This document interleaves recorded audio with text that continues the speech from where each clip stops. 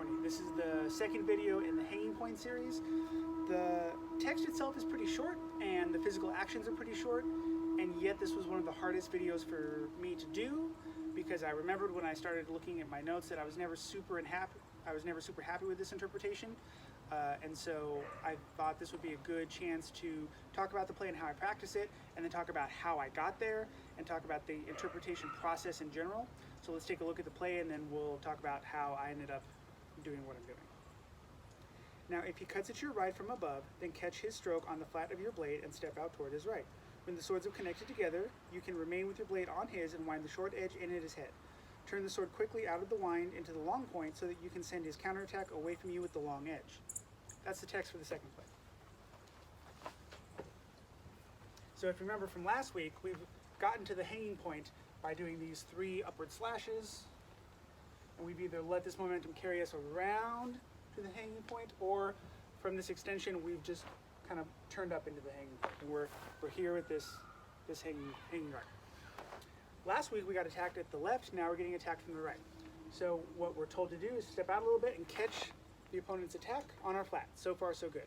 From here we're going to stay on the sword and we're going to wind their false edge in at their head, and then we're going to turn out to long point to make sure that we're safely covered. So short text, short actions, kind of a complicated interpretation.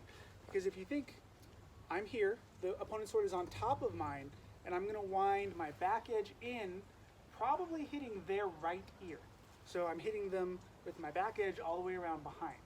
So why do I think that winding the back edge in should be this motion?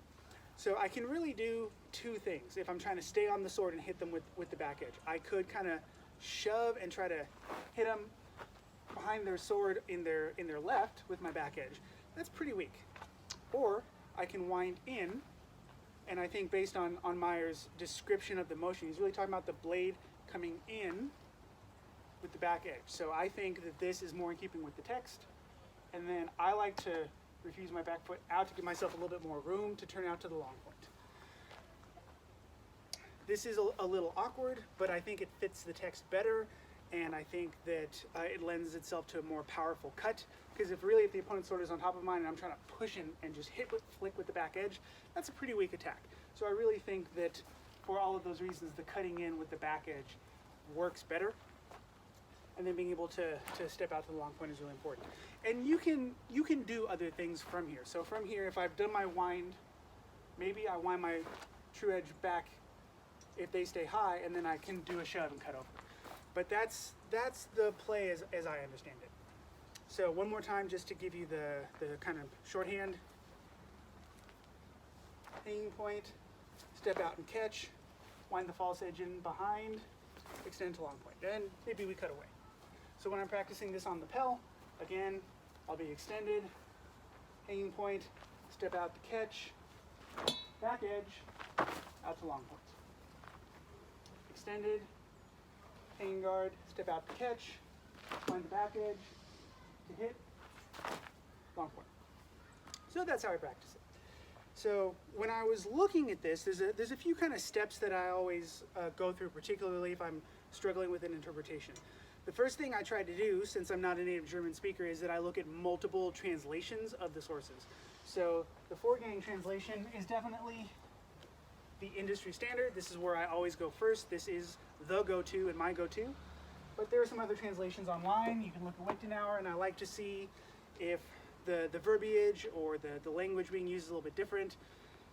After I look at the translations, I look at some of the supporting materials. So I can look at the 1568 book and see if there are some techniques or sequences in there that reflect what I'm seeing or kind of inform what I'm seeing, particularly if I am struggling with an idea.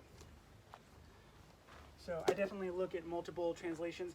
I do try to keep the different sources. If I'm going to look outside of the one primary source I'm investigating, I try to stay pretty close to home. I'm not trying to, as they say, frog DNA a bunch of stuff, so I'm not going to look at Vadi or Silver and try to shove them into what Meyer is doing. I'm going to try to stay pretty much in the tradition. I do sometimes look at some of the earlier German sources. I'm a big Ringek fan, and I think that some of his extended guard stuff really flows very nicely into Meyer's work, but that's about as far as I'll go in terms of the frog DNA-ness, because Meyer is arguably his own beast, although I think he's informed by the KDF tradition. So after I've looked at the multiple sources and the multiple translations, I look at what the other experts are doing.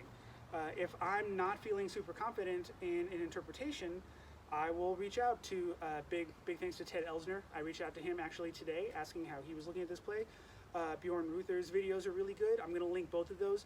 Bjorn's interpretation of this play is quite a bit different than mine, and although I do feel like I'm doing the right stuff, I think it's important to see what other people are saying, so please take a look at it. His channel is also excellent, so that's really good. And then pressure testing is really, really important. I was fighting in kind of the blunt steel and SCA and also, martial arts before I came into HEMA, so I really try to look at everything with a very practical mind, practical eye, and if it's not making my fighting better, then I feel like I probably am not doing the technique right. And I think it's important to pressure test against a variety of people. If I can just pull off a technique against my students, maybe there's a problem. If I can only pull it off against newbies, maybe there's a problem. Conversely though, if I can't pull off a technique against newbies because they don't attack me correctly, they're a little spazzy and I can't seem to pull it off, maybe my understanding of the technique or the range and timing required to use it is a little off. So being able to pressure test against a variety of opponents is very important. And then finally, I have what I call the Uther factor. For those of you who don't know Uther, he's a 7 foot tall, 300 pound SCA and ACL fighter, but he's one of the best medieval martial artists of our generation. He's amazing. You give him anything and he's gonna clean house with it.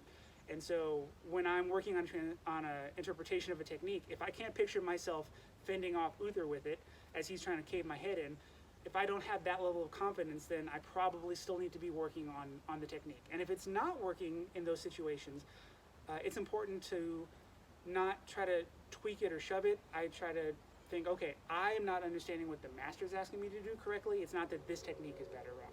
Or maybe I'm using it in the wrong context, but I do kind of come at it with faith that the historical texts knew what they were talking about, and if something's not working, that just means I'm not understanding it correctly. So all of those little spokes, right? The multiple translations, the multiple sources, the checking in with the other experts, the pressure testing with a variety of opponents, all those spokes make the wheel, right, of a good translation, of a good interpretation, and so I try to use all of them, particularly if something like this one feels a little weird or I'm not super confident in it. So just to bring it back one more time, we're out, we've come up to the hanging guard, I'm gonna step out and catch, wind the false edge in, extend back out to long point, maybe cut away or keep fighting at that point. So play with this one. I think if you do have a partner, that's going to be the best way to do it, because the winding in with the false edge when you are under your opponent's sword can feel a little weird until you get the flow of it, so definitely play with that. If you hate this play based on what I've said, or you have a different interpretation or questions, please feel free to send me messages and we'll see how it goes.